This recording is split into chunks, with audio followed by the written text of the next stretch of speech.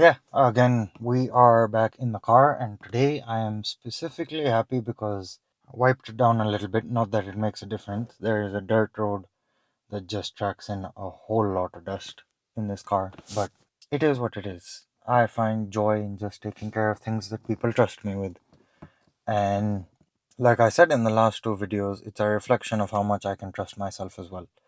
If someone trusts you with their vehicle, if someone, this is my friend's baby. So, if he trusts me with this car, then that means something. And it is the same case with everything that people hold near and dear to their heart. Not to make this entirely religious or spiritual or whatever, but that's exactly what God does too at times. He trusts you with things, and his biggest concern when it comes to us is how much he can trust us. Our sense of responsibility, our sense of duty, and I'm not talking about religious duty. I'm talking about like normal base of just, yes, God has assigned me to do this, I am going to see it to completion. Because that's the way God is. In the Bible, he says, like, he who started a work in you will see it to completion. That's a paraphrase of the verse, but it's literally just talking about how God does not want to compromise on anything until a specific task is finished. If he started the relationship or if he started the marriage, he wants to see it to completion. It's often people that ditch out. And same thing with raising children. God gives you a gift of life, and most people they just waste it away. This was supposed to be a part of a different video, but I might as well just include it in this one. I recently told someone this, but this might end up being a longer video because of this. I'll start with this. There was something I wrote in my devotional, and by the time you get this video, my fourth one will be published. The Throne Room of the Spirit. The link is in the description. Feel free to check it out, see if you would like it. I will start reading excerpts from The Throne Room of the Spirit, and this is the only book I hired an editor for. And, well, it changed his life, it had an impact on his life, and he said, a lot of things that you wrote helped me, and I have put them and implemented them into my daily life. So if the editor, I didn't give him a rundown of what the book is about. He just saw the book. I told him, read it once, just read it to grasp what it's all about before you start editing. He didn't know what he was in for, and it ended up impacting him heavily. So don't take my word for it, even though I wrote the book. Take the editor's word for it because it was completely new to him and it helped him. So if it helped him, it'll definitely help you, because he's a good guy, he's a great guy, and it cleared up a lot of doubts that he had about stuff in his relationship with God.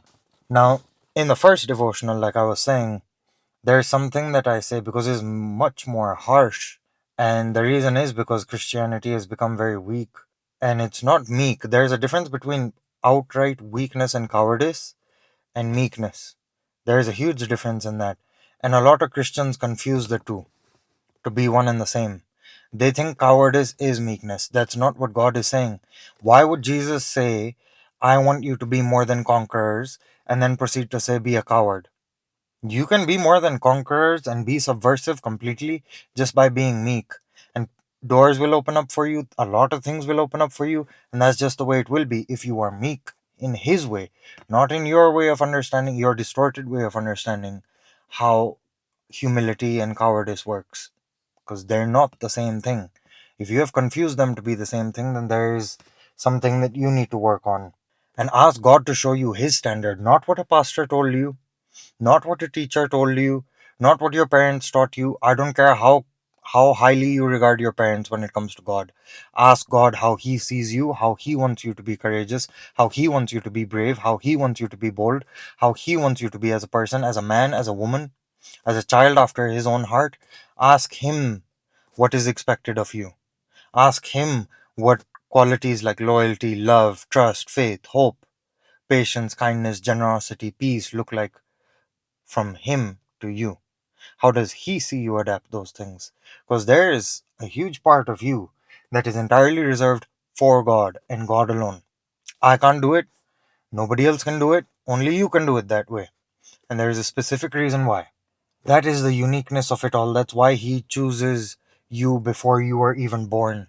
And that is the depth of that statement that you need to realize for yourself. He forms you before you were even born. He knows you before you were even formed in your mother's womb. Why wouldn't you bother asking him, what do you think about me? What do you think I should do? What does the best version of me look like? Now, anyway, because I was talking about how simpy and weird the church has become now and very cowardly, I wrote something about how a lot of kids are being raised up, and I wasn't raised with a phone. I barely got my phone when I was 18 with full freedom. From I had a phone when I was 16, and I couldn't use it because 16 and 17 and 18 ish, I was basically in school 6 days of the week. So by the time I'd get home from school on Saturday, it was already like it was half day. So school would end. By the time we're done, it would be like 3 by the time we got home. So I got the phone from 3 p.m. on a Saturday evening to like 9 or 10 p.m. on Sunday night. That was like my 30 something hour window of just being able to use the phone. 37 or yeah, 36 ish hours of using the phone. And that was for 2 years, even though I had a phone. So not a whole lot of technology growing up. So I wrote something about how I've seen kids being raised right now and how parents just are free and think they're free to just hand their kids a phone and call it good, or hand their kids an iPad and call it good.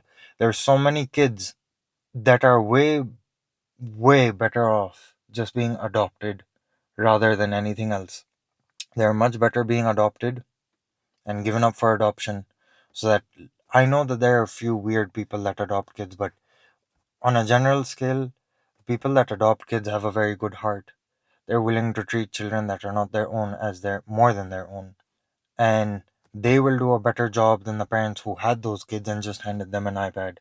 So that's why one of the opening statements of that specific daily devotion was, if a iPad is raising your kid, you may as well give it up for adoption, because there is no personality, there is no legacy being left with that kid, there is no character trait, there is no genetic inheritance, there is almost no mental quality, character, or personality traits being passed on to the child.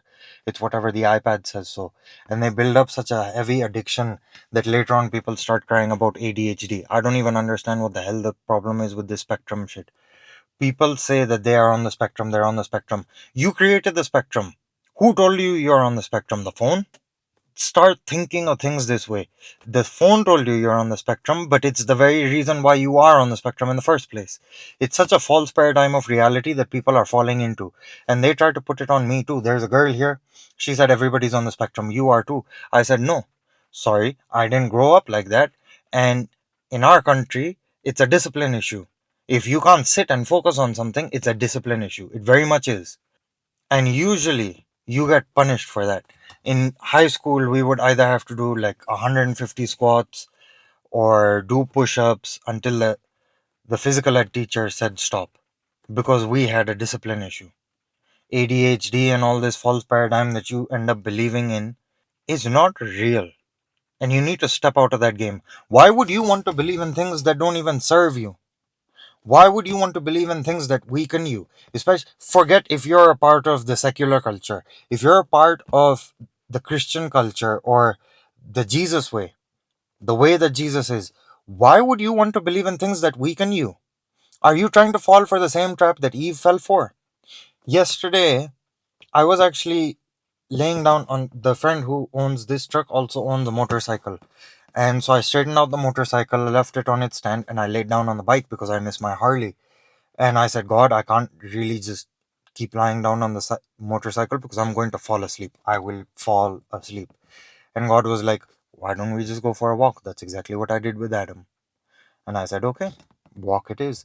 I ended up walking 16 kilometers. That's roughly 9 miles for you folks. 9.3 or something miles. And I finished it all in like 2-ish hours, 2 hour 10.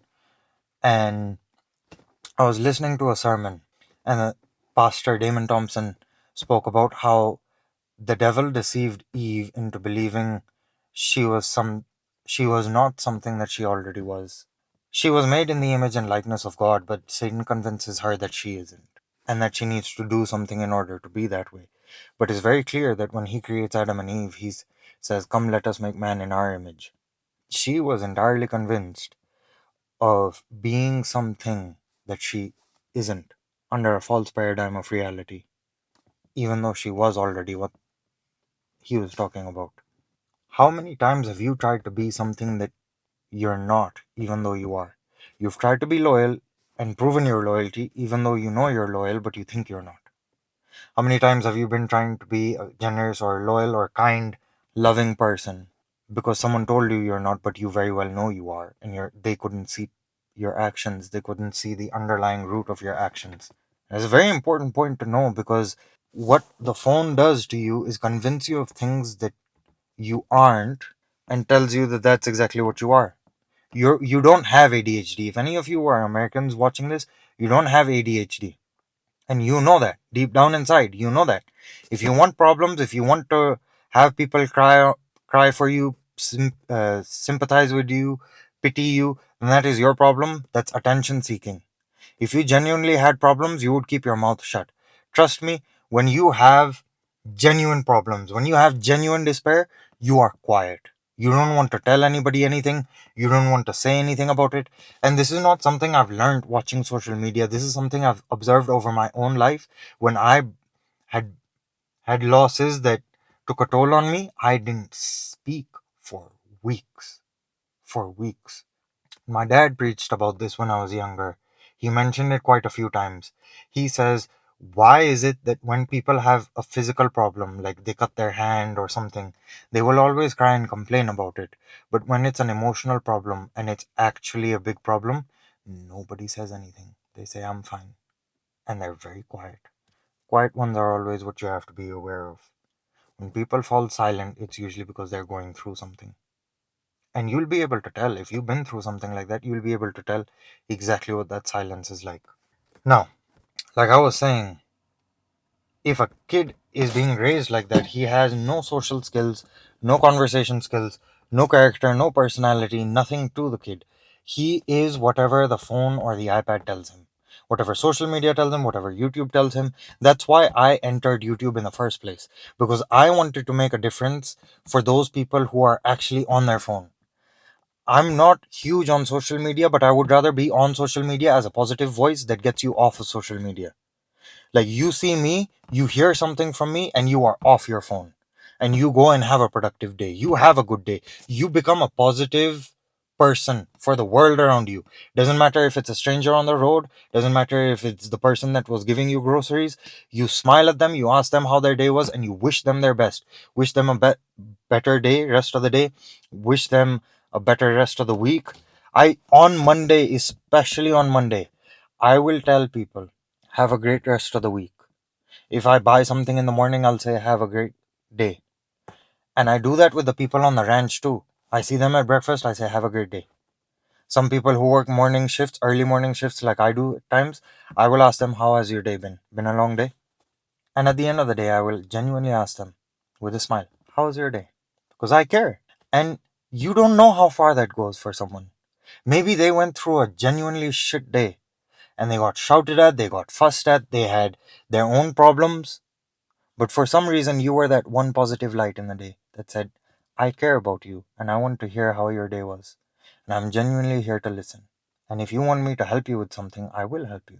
You know how far that goes? That goes so far, that goes so deep in people. It cuts through the walls in their heart, the layers and the veils that they carry in their heart, in and around their heart. And they're just like, I don't know what it is, but that question generated so much positivity in my life that I don't even know how to explain it. Like right now, I probably might end up buying them donuts. The Wranglers, they go through their own stuff. But my point being is, this is entirely the reason why I ended up on social media in the first place. I will tell you this: God told me to start doing this video work in November 2023. November. I started doing YouTube in October 2024. I delayed it by a year, and I underestimated the call that God had for me, especially in this situation. And I've seen myself be so committed even though I'm busy. Like, I had to wash this truck. I didn't have to, I wanted to. So I told myself that I have to because I want to, and then I came here to shoot. And I'm going to try to keep it as short as possible so I can get at least two 20 to 30-minute videos, and then I can go back and be a light in everyone else's day, because today was my day off. But I chose to work for someone else. I chose to work for you guys. This is work. So now that you understand this, how does this help? If you are watching my content, I want you to be the best person you can be on a daily basis. And ask God in the morning, who am I to you? What do you see us doing together for other people today? How can we be positive? How can we be a light in everyone else's life today? And when you start saying we enough, I'll tell you a trick about my fourth devotional. Instead of saying God, I started writing Our Father, so that I can, by the time the reader is finishing the book, he starts calling him Father, and he starts recognizing him as our Father. Doesn't matter if you believe in him or not, he's our Father. And I did that deliberately because a lot of people put a lot of separation between themselves and God, and it ruins them. Another thing that the pastor said yesterday is, you are the mechanic that fixed you up until you got here, to this point. Did you do a good job? Probably not. Why are you not handing things over to God? Let him be the mechanic. He knows you better than anyone else. He knows you better than you. I'm just saying.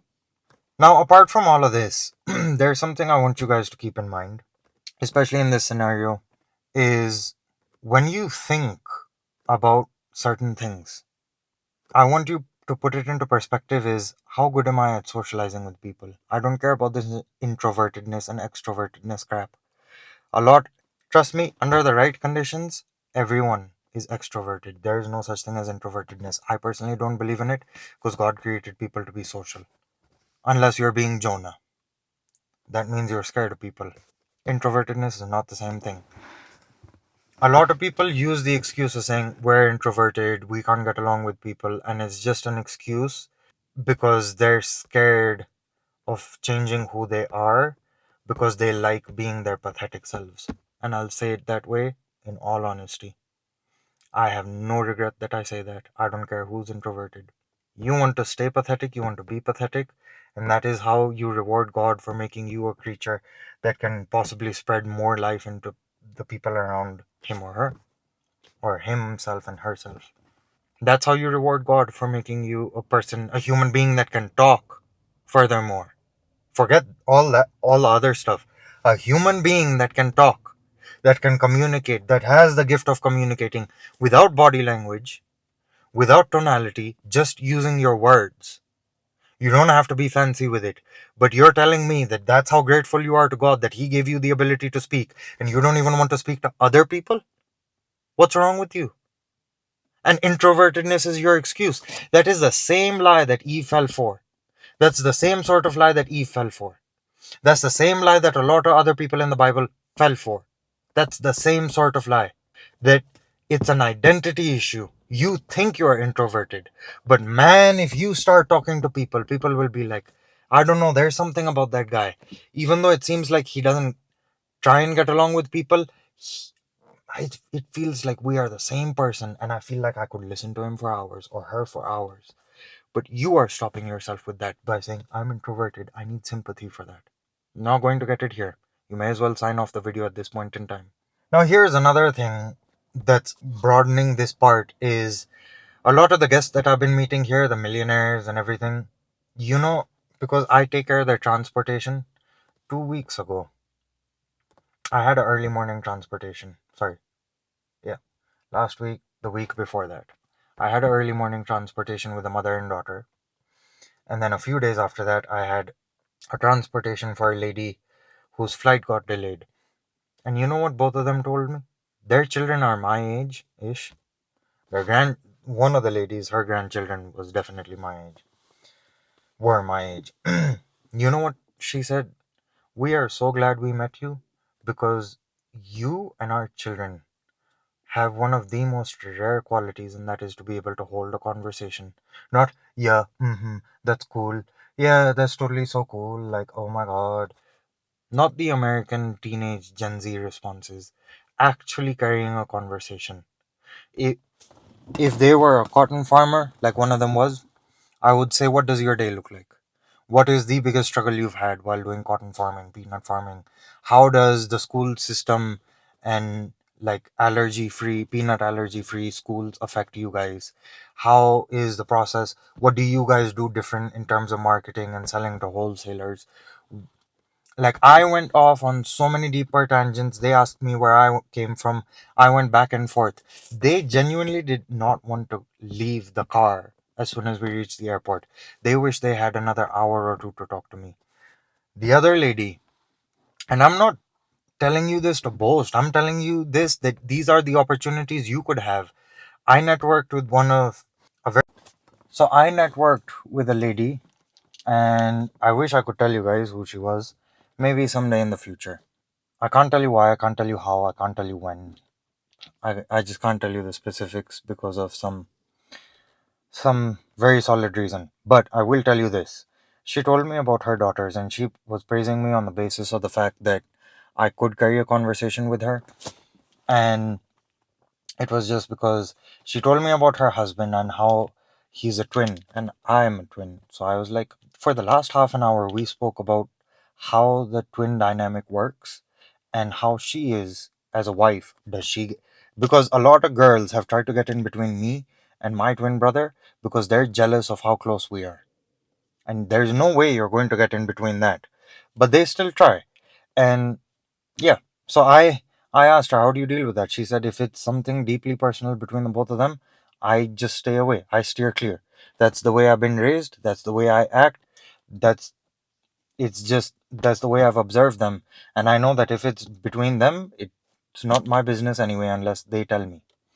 And she steers clear of even driving tension between the two.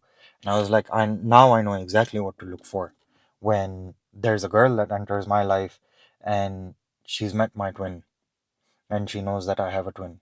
Now, she was talking to me about carrying conversations, and she said that's why I didn't raise my children with phones. I gave them iPod touches or something that they couldn't use all the time without Wi-Fi or something, just so that they had to put it away, so that they knew how to talk to people.